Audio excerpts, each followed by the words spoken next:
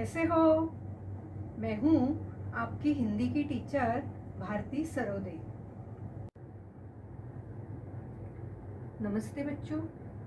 कोविड-19 के इस मुश्किल दौर ने हमें अपने घरों में रहकर अपना कार्य करने के लिए मजबूर कर दिया है, लेकिन बृहन्मुंबई महानगर पालिका ने आपके लिए इस चैनल के द्वारा पढ़ने का अवसर दिया है। इस चैनल द्वारा आपके लिए वीडियो बनाए जाते हैं जिसमें आपका पाठ, उसका शीर्षक तथा उसके नीचे दिए गए स्वाध्याय सभी दिखाई देंगे, जो आप घर बैठकर ही अपना अध्ययन पूरा कर सकोगे। तो चलिए आज हम एक नए पाठ की ओर जाते हैं। नमस्ते बच्चों, 7वीं कक्षा की सुलभ भारती का आज अभ्यास करेंगे। दूसरी इकाई का बेटी युग यह कविता हमने पढ़ी है। इस कविता का स्वाध्याय अभी पूरा करना है, तो आओ आज बेटी युग इस कविता का स्वाध्याय पूरा करते हैं। आओ सबसे पहले शब्द वाटिका से कुछ शब्द चुन लाते हैं। जो नए शब्द है उनका परिचय कराते हैं। शब्द वाटिका। बेटी युग इस कविता में आए कुछ नए शब्द देखते हैं। अनपढ़ यानी अशिक्षित, इरादा यानी संकल्प, उत्थान यानी प्रगति, कलम इसका मतलब है लेखनी या पेन, गढ़ना इसका मतलब है बनाना या तैयार करना, जाहिर इसका अर्थ है ज्ञात, तरुण यानी युवा, दौर इसका मतलब है समय या काल। देखते कुछ और भी शब्द हैं। नेक जिसका अर्थ है भला या अच्छा, पर्व इसका मतलब है त्योहार, पावन यानी पवित्र, औलाद यानी लोहा, मनन करना इसका अर्थ है विचार करना, शक्ति यानी ताकत या बल, समीक्षा इसका अर्थ है परीक्षण, सयानी यानी समझदार और सुहानी इसका मतलब है सुंदर। तो ये सारे शब्द अब हमने वर्णमाला की तरह तैयार किए हैं। अ से शुरू होकर स तक हमारे शब्द हमने वर्णमाला के अनुसार लगाए हैं। आइए इस कविता में मुहावरा जो आया है वह भी जान लेते हैं। ठान लेना यानी निश्चय करना, तो इसका हम वाक्य में भी प्रयोग करते हैं। हमारी सरकार ने सभी भारतवासियों को शिक्षित करने की ठान ली है। तो देखते हैं आगे का स्वाध्याय। अगला स्वाध्याय है अध्ययन कौशल। इस शीर्षक के अंतर्गत आपको जो स्वाध्याय खुद ही पूरा करना है, अपने विद्यालय के 5वीं से 8वीं तक के कक्षाओं में पढ़ रहे छात्र और छात्राओं की संख्या संयुक्त स्तंभालेख द्वारा दर्शाओ। और यही बात आपके गणित के 7वीं कक्षा के पुस्तक में भी दी गई है। पृष्ठ क्रमांक 51 और 52 इस पृष्ठ पर यह बात आपसे कही गई है। तो जरूर आपके विद्यालय से ये संख्या आपके अध्यापक द्वारा प्राप्त कीजिए और स्तंभालेख में वह दर्शाओ।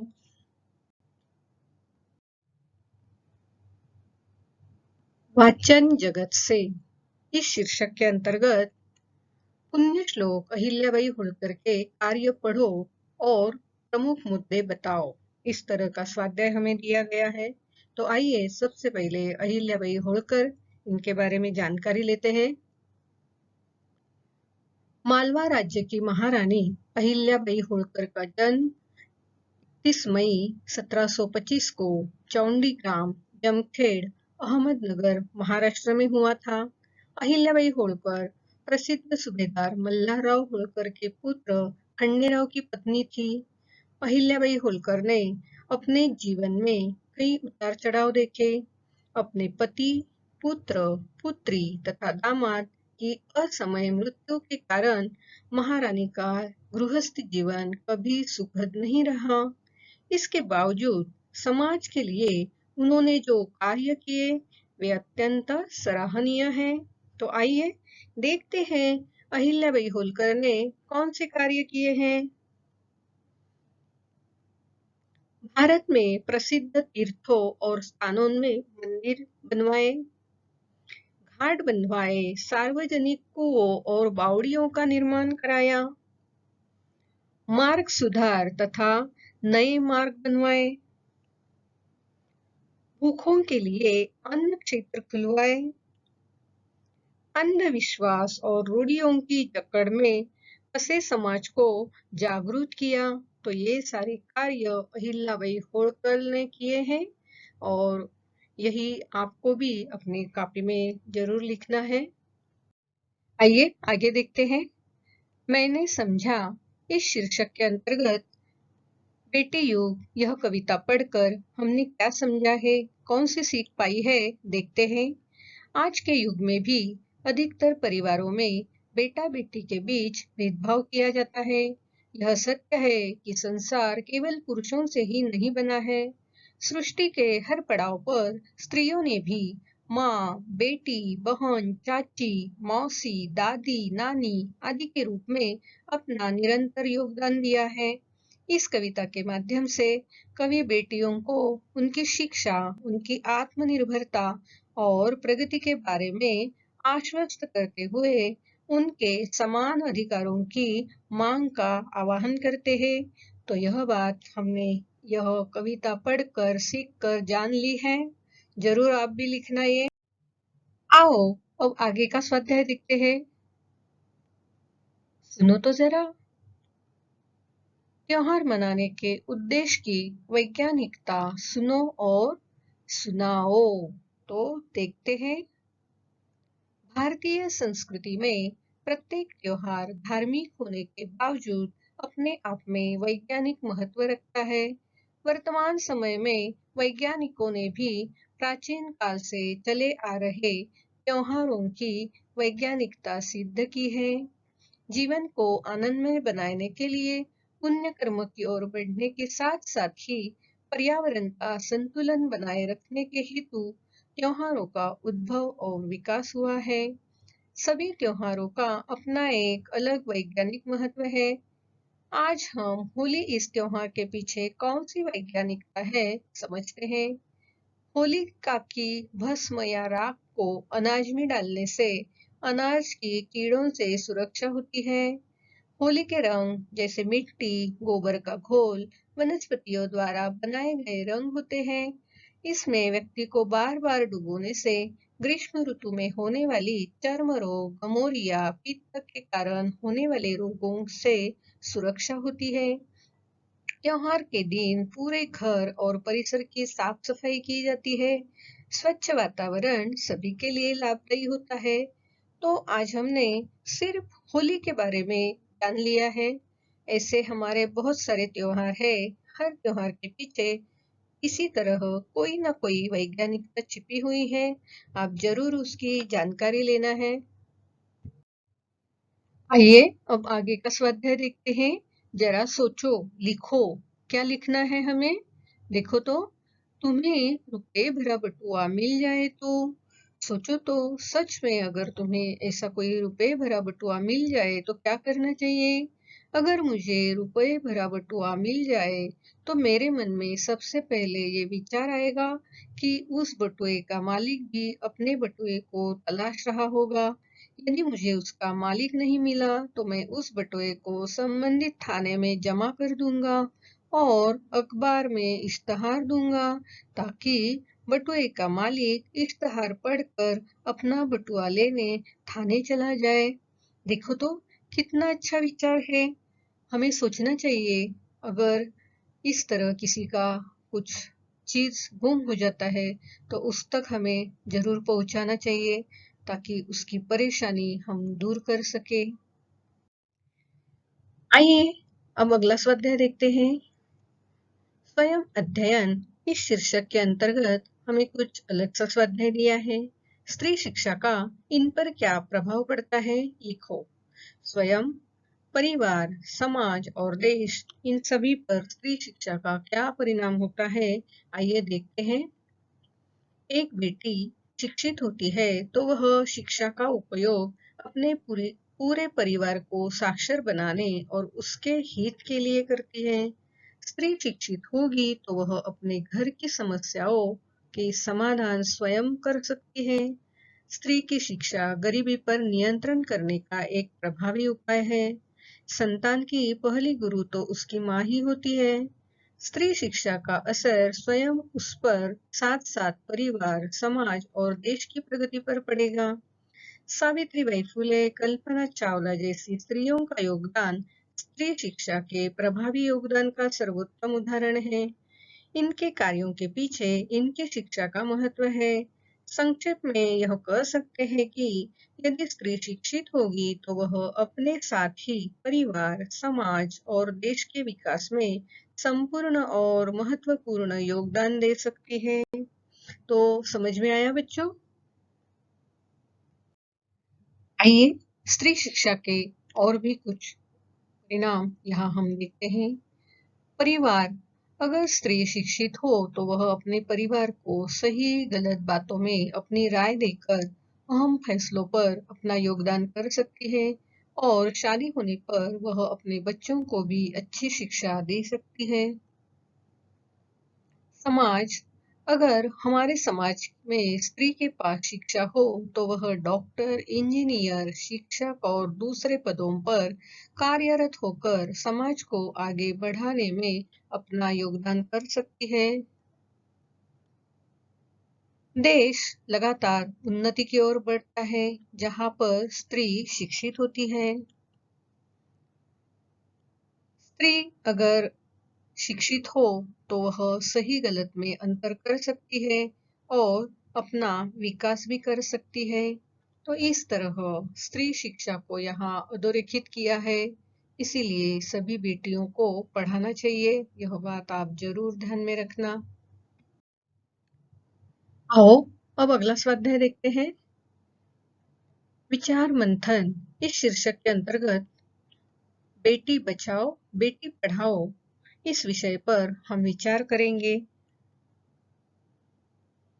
बेटी बचाओ बेटी पढ़ाओ यह एक सरकारी योजना है जो 22 जनवरी 2015 को शुरू की गई। इस घोष वाक्य से ही योजना का आशय स्पष्ट हो जाता है। बेटी बचाना अर्थात बेटों के साथ साथ बेटियों को भी जीने का अधिकार दिया जाए और पढ़ लिख कर स्वयं की प्रगति करने का सुअवसर देना चाहिए। यह योजना बनाने का मुख्य उद्देश्य बेटियों के अस्तित्व को बचाना है, किंतु इसके साथ कुछ अन्य उद्देश्य भी हैं। आइए देखते हैं और उद्देश्य क्या है। बालिकाओं को संरक्षित और सशक्त करना, जनसंख्या के आधार पर स्त्री पुरुष संख्या को समान करना, बालिकाओं की शिक्षा सुनिश्चित करना, बालिकाओं की शिक्षा, नौकरी, व्यवसाय व अन्य क्षेत्रों में समानता का अधिकार देना। इस तरह बेटी बचाओ बेटी पढ़ाओ यह योजना समानता के मूल्य को बढ़ावा देना और समाज में जागरूकता लाने के लिए कार्य कर रही है। आप भी इस योजना के बारे में जरूर और भी जानकारी पाओ और अपनी कॉपी में लिख लो। आओ अब अगला स्वाध्याय देखते हैं। सदैव ध्यान में रखो, स्वयं को बदलो समाज बदलेगा। समाज को बदलना है तो हमें क्या करना चाहिए, आइए देखते हैं। परिवर्तन प्रकृति का नियम है और सृष्टि की नवीनता के लिए यह बेहद जरूरी भी है। कुछ परिवर्तन शाश्वत होते हैं जिन पर चाह कर भी हमारा वश नहीं चल सकता, जैसे कि मौसम का बदलना, बारिश का होना या ना होना, सूरज का उगना और ढल जाना। तो कुछ परिवर्तन बेहद मानवीय किस्म के होते हैं जिन्हें मानव चाहकर बदल सकता है। यह उसके वश में होता है, जिसमें उसके व्यक्तिगत स्वभाव से लेकर तमाम नवीन आविष्कार व भौतिक परिवर्तन शामिल है। हम यह तो चाहते हैं कि दूसरे लोग हमारे हिसाब से बदल जाए, परंतु हम खुद को नहीं बदलते। हम दूसरे से इज्जत, स्वागत और प्यार तथा वफादारी तो पूरी मात्रा में चाहते हैं, परंतु खुद को उनकी अपेक्षाओं पर कितना खरा साबित कर रहे हैं, इस बात का मूल्यांकन कभी नहीं करते हैं। तो आओ शुरुआत करते हैं, खुद से करते हैं। पहले स्वयं को बदलो, फिर समाज ही अवश्य बदलेगा। ये अगला स्वाध्याय देखते हैं। कविता की पंक्तियां पूरी करो। बेटी युग में और आगे लिखा है गढ़ेंगे, तो बीच की जो लाइनें हैं वो हमें लिखनी है। बेटी युग में उत्थान पर्व है, इसके बीच की जो लाइनें हैं वो हमें लिखनी है। तो आओ देखते हैं कौन सी लाइनें हैं बीच में। बेटी युग में बेटा बेटी सभी पढ़ेंगे सभी बढ़ेंगे, फौलादी ले नेक इरादे खुद अपना इतिहास गढ़ेंगे। बेटी युग सम्मान पर्व है, पुण्य पर्व है, ज्ञान पर्व है, सब सबका सम्मान करे तो जन जन का उत्थान पर्व है। तो इस तरह ये स्वाध्याय हमने पूरा कर दिया है। जानकारी लिखो, इस शीर्षक के अंतर्गत हमें बेटी पर्व इस बारे में जानकारी लिखनी है। बेटी पर्व अर्थात बेटियों के सम्मान का पर्व। समाज में बेटियों के प्रति नकारात्मक विचारों को खत्म करने का प्रयास ही है बेटी पर्व। आज भी समाज में शिक्षित अशिक्षित सभी वर्गों द्वारा बेटे बेटियों में भेदभाव किया जाता है। कभी खान पान की वस्तुओं में भेदभाव, तो कभी खेल खिलौने में भी भेदभाव किया जाता है। कभी शिक्षा पाने में, तो कभी नौकरी व्यवसायों में भी भेद किया जाता है। घर गृहस्थी के काम सिर्फ बेटियों को ही दिए जाते हैं, बेटों को इन कामों से छूट दी जाती है। इस तरह की समस्याओं का समाधान करने के लिए और समाज के लोगों में बेटा बेटी के प्रति एक समान दृष्टिकोण विकसित करने का प्रयास ही बेटी पर्व है। आया समझ में? ये सब बातें आप ध्यान में रखना और लिखना। आइए आगे देखते हैं। शिक्षामय विश्व, इसके बारे में जानकारी लिखनी है। शिक्षामय विश्व का अर्थ है पूरा विश्व का शिक्षित होना। संपूर्ण विश्व में शिक्षा का प्रचार प्रसार होने पर उसका परिणाम भी सकारात्मक होगा। सिर्फ लड़के ही नहीं तो लड़कियां भी शिक्षित होना जरूरी है। विश्व की आधी आबादी लड़कियों की है। अगर वे अशिक्षित रहेंगी तो उनकी ऊर्जा का उपयोग सकारात्मक दिशा में नहीं होगा। विश्व की प्रगति और विकास की गति मंद हो जाएगी। इस वैश्विक दूरगामी संकट को दूर करने के लिए सारा विश्व शिक्षामय होना चाहिए। संपूर्ण विश्व अब शिक्षामय विश्व की ओर बढ़ रहा है। आइए अब अगला स्वाध्याय देखते हैं। भाषा की ओर, इस शीर्षक के अंतर्गत थोड़ा अलग सा स्वाध्याय हमें दिया गया है। निम्नलिखित शब्दों के युग्म शब्द बताओ और वाक्यों में उचित शब्द युग्म लिखो। हमें यहाँ कुछ वाक्य दिए हैं, उनके रिक्त स्थानों पर हमें शब्द युग्म लिखने हैं। तो आइए देखते हैं। यहाँ शब्द युग्म को पहले पूरा करना है। गांव, उधर, घूमना, धन, पहचान, कूड़ा, फूल, घर, ये जो शब्द दिए हैं, इस शब्द के जो युग्म है उन्हें पहले हमें पूरा करना है और फिर उन्हें रिक्त स्थानों में लिखना है। तो देखो हम कहते हैं गांव गांव, इधर उधर, घूमना फिरना, धन दौलत, जान पहचान, कूड़ा कचरा, फल फूल, घर घर। इस तरह ये शब्द युग्म जो है इन्हें अभी हमें लिखना है। धन दौलत, ये जो शब्द युग्म है इसका अब हम वाक्य में प्रयोग करेंगे। अथक परिश्रम से उसने धन दौलत कमाई। दूसरा शब्द युग्म है घूमना फिरना, उसका वाक्य में प्रयोग करते हैं। सेहत के लिए घूमना फिरना अच्छा होता है। आगे भी देखते हैं। घर घर, दीपावली में घर घर मिठाइयाँ बनती है। गांव गांव, अंतरजाल की सुविधा गांव गांव में उपलब्ध है। फल फूल,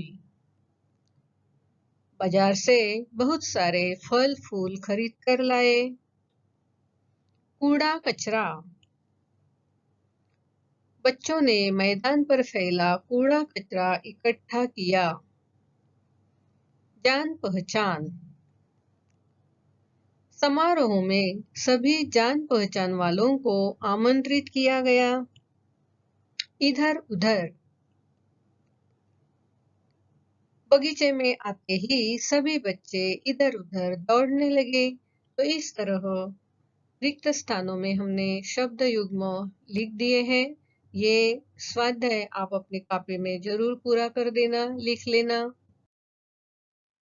प्यारे बच्चों, बेटी युग इस कविता को हमने समझा है। आओ अब हम सब मिलके बेटी युग इस कविता का गायन करते हैं। नानी वाली कथा कहानी अब भी जग में लगे सुहानी। बेटी युग के नए दौर की आओ लिख ले नई कहानी। बेटी युग में बेटा बेटी सभी पढ़ेंगे सभी बढ़ेंगे। औलादे लेने के इरादे खुद अपना इतिहास गढ़ेंगे।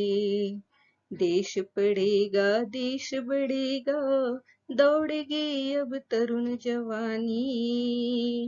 नानी वाली कथा कहानी अब भी जग में लगे सुहानी।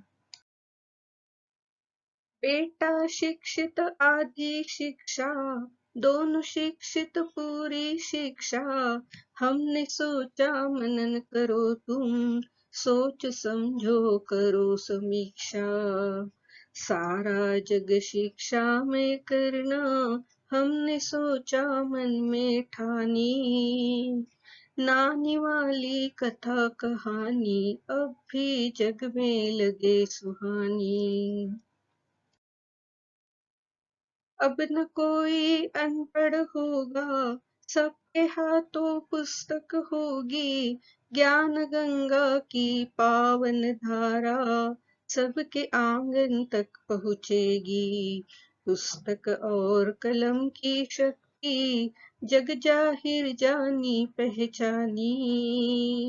नानी वाली कथा कहानी अब भी जग में लगे सुहानी। बेटी युग सम्मान पर्व है पुण्य पर्व है ज्ञान पर्व है। सब का सम्मान करे तो जन जन का उत्थान पर्व है। सोने की चिड़िया तब बोले बेटी युग की हवा सयानी। नानी वाली कथा कहानी अब भी जग में लगे सुहानी। नानी वाली कथा कहानी अब भी जग में लगे सुहानी। बेटी युग के नए दौर की आओ लिख ले नई कहानी। स्वाध्याय प्रश्न पहला, रिक्त स्थानों की पूर्ति करो। 1 बेटी, 2 नई, 3 नेक, 4 तरुण, 5 पावन, 6 सम्मान, 7 उत्थान, 8 हवा। तो कविता में से योग्य शब्द चुनकर रिक्त स्थानों की पूर्ति करो। तो बच्चों, आज हमने बेटी योग इस कविता के अंत और अंतर्गत जो स्वाध्याय दिया है उसे पूरा किया है। तो बेटी युग के इस स्वाध्याय को आप अपने कॉपी में जरूर लिखना और एक बात हमेशा ध्यान में रखना है, बेटी बचाओ, बेटी पढ़ाओ, शिक्षित बेटी उज्जवल भविष्य।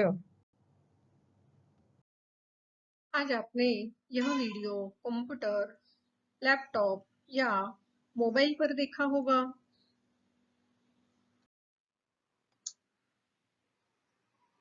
वीडियो के नीचे आपको इस तरह का एरो दिखाई देगा। इस एरो को क्लिक करते ही आपके सामने डिस्क्रिप्शन बॉक्स खुल जाएगा। डिस्क्रिप्शन बॉक्स में आपकी कक्षा, विषय, घटक तथा शिक्षक का नाम होगा और साथ ही आपने जो वीडियो देखा है उस पर आधारित कुछ प्रश्न होंगे जिसके उत्तर आप अपने कॉपी में लिखना है। और हाँ, साथ में ही एक गूगल लिंक दी गई है। इस लिंक को क्लिक करके जो फॉर्म आएगा उसे आपको भरना है। इस तरह का गूगल फॉर्म आपके सामने खुल जाएगा जिसे क्लिक करके भरना है और अंत में यह जो सबमिट का बटन है उसे दबाना है। और हाँ, अगली बार 7वीं कक्षा का हिंदी विषय का वीडियो देखने के लिए हमारा ये थंबनेल जरूर याद रखना। मेरा ये वीडियो आपको जरूर पसंद आया होगा, तो ये वीडियो लाइक कीजिए, शेयर कीजिए और सब्सक्राइब कीजिए, अपने दोस्तों को भेजिए। तो हम फिर अगले वीडियो में मिलेंगे। मेरा ये वीडियो ध्यान से देखने के लिए आप सभी को बहुत बहुत धन्यवाद।